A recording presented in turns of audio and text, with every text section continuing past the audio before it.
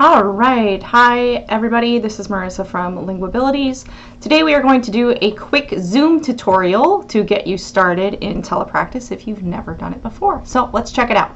I have just gone to the Zoom website, and so if you don't already have an account, you will need to sign up for one. It is free. However, if you want to have the HIPAA compliance, you will need to sign a BAA, and that bumps the price from free to $200 a month. So just a heads up on that. If you're doing your own enterprise, you will need to take that into account.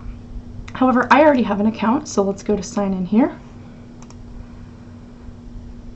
And the first thing that you'll see is the list of your upcoming meetings. So you can see that I have some that are regularly scheduled each week, as well as some off here and there meetings. You can also go look at previous meetings. And even though these have existed in the past, you can still make them happen right now. If you wanted to repeat this one, say, oh, I need another check-in with these people, I'm going to click this and it will pop up that I can start it again. So it'll look like this when you click on a meeting, either previous or current. This will give you the meeting ID, and this is the join URL. So you can either copy and paste this into emails for people, or Zoom will make something for you where you can copy the invitation, and it will tell you when it is scheduled for, however many repetitions that there are, and then it prompts them to put it in their calendar if they want to, and there is the link. So that's nice that you can confirm date and time and what the name of the meeting is. But let's go make a new meeting. Let's say we have a new client. We're going to schedule a new meeting, and we'll just call it test client. If you want, you can put in a description. I've never found that helpful, and we'll make it for today at, let's do 11. It's going to be 11 in just a little bit. Then you can decide the duration of it. Now, this doesn't keep you from going longer. If it does end up being 45 minutes or an hour and you only put 30 minutes in, that's okay. This is just kind of planning for you and the people in the meeting. So we'll say it's an hour. I'm in Eastern time. This is not going to be a recurring meeting. Registration, if you do the required, this is where people have to sign up to join the meeting. I don't use this for my clients and my regular meetings. This is more for like webinars and things like that. You can decide to generate a new meeting ID for each individual one, or just use your personal ID meeting ID. I like to set it so that the participant camera automatically comes on, so my clients don't have to deal with that, and I leave mine off until I'm ready to turn it on. You have the choice of telephone audio, where people call in to the actual Zoom meeting, computer audio, or both. I always pick computer audio for my regular sessions unless it's an IEP meeting or a meeting where somebody might be in a car and the parent needs the access, or the other person needs the access to be able to call in if they want to. That's when I'll click both. You can also require a meeting password if you want to add a little bit more security to it, but make sure you give that password to whoever's joining you. This will enable the person to join before you. I don't like that. I like to do a waiting room, and so I click here for enable waiting room. That allows me to see that somebody's in the room and then allow them to come in. That way, if I have people accidentally clicking links at the same time, if I have interviews back to back to back, then I don't have to worry about people bumping into others' meetings. You can also choose to mute participants on entry. This is good for big meetings where you have lots of people and you don't want all that background noise, but for regular sessions, it's not necessary. And then you can decide if you want to record the meeting automatically. Now, you can record it in the meeting itself. You don't have to click this to be able to record, so I'm not going to click it for right now. And if I wanted to add any other people who might be hosting, perhaps like a webinar, you could put them here. So we'll save. And now we've got our link. So you can start it either by clicking right here or start this meeting. So let's go ahead and pull it up. It takes a little bit to launch.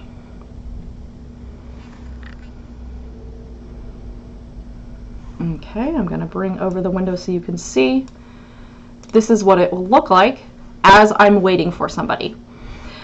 So you can see that I have myself muted and my video paused. It'll tell me, because it hears me talking, that I'm muted. I'm going to go ahead and unmute myself, and then you can see that it's picking up my voice. Now, if it's not picking up my voice and the person can't hear me, or I just simply want to change microphones, I'll click this little up arrow, and then I can choose the different microphones that I have. So right now it's connected to the headset that I have on. You can also have it connect to any other microphones that you have. I have one through my webcam and one through my actual computer. Same thing with speakers. Right now it's coming to my headset. Sometimes I want to change it to a speaker that I have on my computer, because then my clients can hear sound from games and things like that. But for now, this is fine. You can also test it if you're not sure if it's working and adjust some other settings. Same sort of thing with video. We're going to turn on my video. Now, normally this will pop up and you'll see yourself. It's not going to work right now because I'm already recording with another program so that you can see this. However, this would be pretty obvious that it would pop up and you're there. You'd see yourself live. Same sort of thing here. You can choose between any webcams that you have. So I have an external webcam and one built into my laptop. Okay, so we can see how many participants there are here. If you click this, it will show you who is involved, whether they have audio and video on. If you want to mute somebody in a meeting, you can. And then if you had your client pop up, they would come here with their name. If you're waiting for a client and they ask, oh, what's the meeting link? Here you can click on invite. This will pop up. And there's a couple ways you can email it to them. You can go ahead and email this way with an auto-generated one. You can simply copy the URL, which is that Zoom dot whatever. Or you can copy the whole invitation, which is what we saw before, where it has the date and time and then the meeting name. So either one. Okay. Another thing that you can do here is chat with your client. You can decide if you want to send it to everyone, or once clients come in, it will say one person. So if you're in a group setting and you want to say something to just one person, you can. Otherwise, you can have it pop up just for everybody. And that will pop up on their end. Anything they say will pop up here. Now, I have noticed that you do need to keep the chat window up if you want to see anything that people are saying. Another thing you can do, like I mentioned, is to record the session while you're in it. You don't have to automatically say, I want to record this from the beginning. So you can come here and either record to your computer or to the cloud. So let's say we're going to record to the computer. It will tell you that it's recording, and you can either pause it or stop it. And once we do that, if you pause it, it says just that it's paused. If you stop it,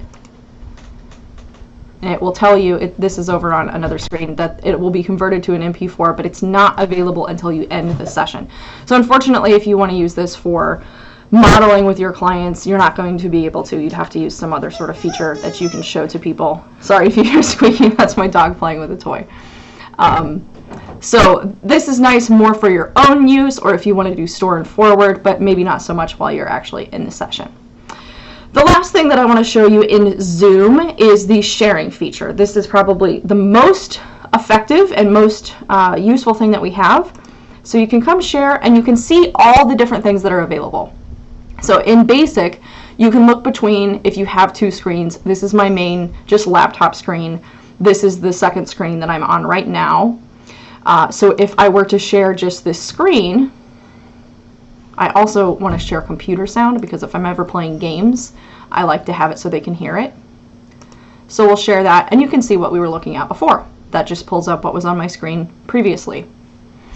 Another thing you can do, if we stop sharing, we're going to go back and share again, is a whiteboard that's built in there. And then you have this whiteboard pop up. You can make it full screen. Now we have all of these annotation tools. I'm going to move these windows around a little bit so it's easier to see. This will pop up during whiteboard and when you have annotation. So let's say that we want to do some drawing today. There's a couple different features that you can draw with. Let's make it a big thick line in pink. and then you can draw on your whiteboard. Now, you're not limited to just drawing on the whiteboard. You can draw on any website that you want, but I wanted to show you the whiteboard feature because it is rather nice. You also have some stamps that you perhaps might use like as a bingo game. And the spotlight is nice because it's a little indicator. Without having to circle everything, you can say, okay, look at this one right here. And then when you're done with your drawings, you can clear either your drawings, the client's drawings, or all of them. You can also save this if you want to take the information that you've annotated with them. You can save it to your computer, and you'll have that for later. So let's go back to sharing the entire screen and see if we can pull up annotation here. Okay, so you'll see we're back to the screen that you can see everything that's on this monitor that I have. If you want to annotate anything, you'll come up here to annotate, and that same menu will pop up that we had in whiteboard. So I could decide that I want to highlight for you, okay, let's look at Zoomtopia here. Or perhaps we're going to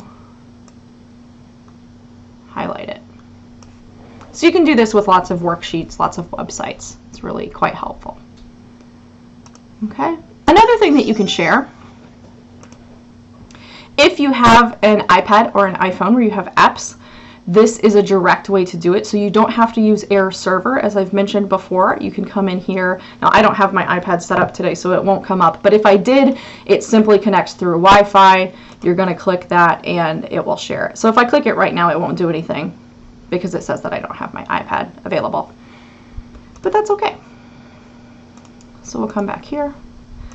Another thing that you can share is individual pages. So let's say that you're on a website and you don't want the client to be able to see your clock at the bottom. You don't want them to be able to see the other tabs that you have open and go crazy and click on other things. A way to do that is to simply pull up one tab. Now, if I had PDFs open or Word documents, these would also show up here, but I'm just going to show you what that tab looks like versus the entire screen. So the same website will come up, but you'll notice that on the user's end, they're not going to be able to see the time, and they're not going to be able to see this. We can, because this is my screen, but the user will not be able to see that. So it looks a little bit different than just sharing the screen. Okay, so that's a quick and dirty of Zoom. I hope that that is helpful and it gets you started in telepractice and how to use this. I think it's one of the more robust video conferencing platforms out there for telepractice. You know, I've tried a couple different ones, and this one seems to be pretty good across the board. You know, there's not a lot built in that you have for therapy materials, but there's tons of resources out there that you can go get on the internet anywhere, and you can bring in anything that you have on your computer. So it's easy to use for clients, it's got good sound and video, and it's HIPAA compliant. Those are the big three things that we need to look for. If you have any questions or you've got input on how you've used Zoom or other teleconferencing platforms, please let me know. I would love to hear what you guys are using and why you've chosen that. I'll talk to you later, guys. Bye.